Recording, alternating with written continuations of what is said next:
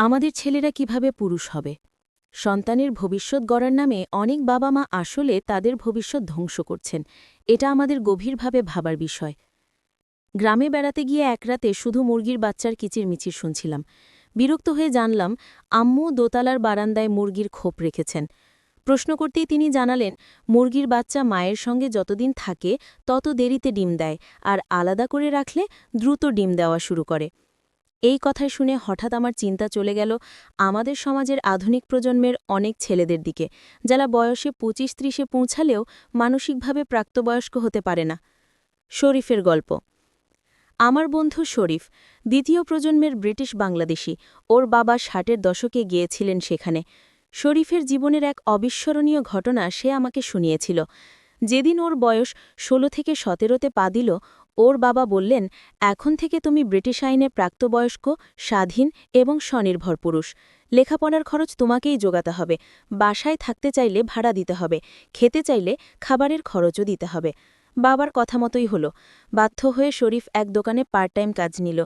School শেষে সেখানে কাজ করে সে বাসা ভাড়া ও খাবারের বিল দিত।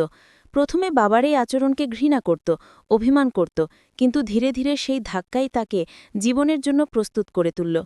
মাত্র ১৯ বছর বয়সে শরীফ বিয়ে করে সংসার গড়ে তোলে।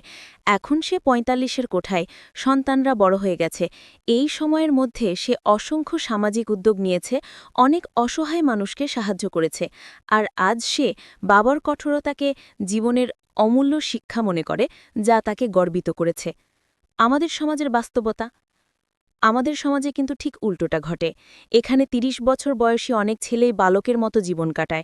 তারা কোনো দায়িত্ব নিতে পারে না, কোনো লক্ষ্য স্থির করে না, অর্জনের পথে হাঁটে না।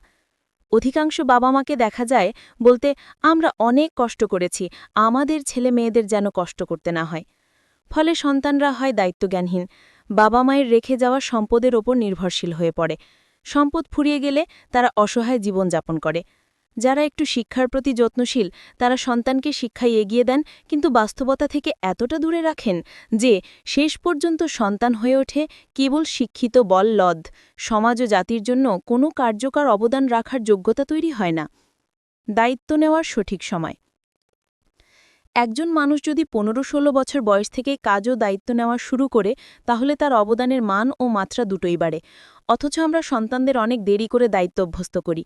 তখন তারা শুধু দায়িত্বজ্ঞানহীন হয় না, দায়িত্ব পালনের যোগ্যতাও হারিয়ে ফেলে। বাবার কঠোরতার আসল মূল্য। বিয়ের কিছু বছর পর শরীফের ব্যবসার জন্য একসময় বড় অঙ্কের অর্থ দরকার হলো।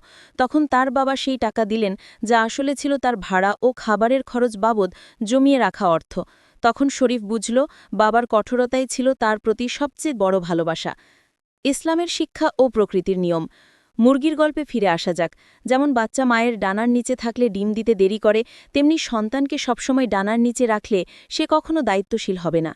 ইসলামে ছেলে প্রাপ্তবয়স্ক হওয়ার সাথে সাথে শরীয়তের সকল দায়িত্ব তার উপর কার্যকর হয়।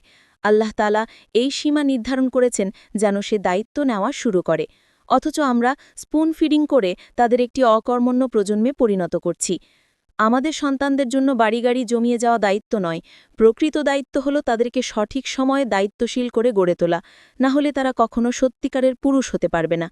আমরা কি বিষয়টি নিয়ে একটুও ভাবার প্রয়োজন বোধ করি না?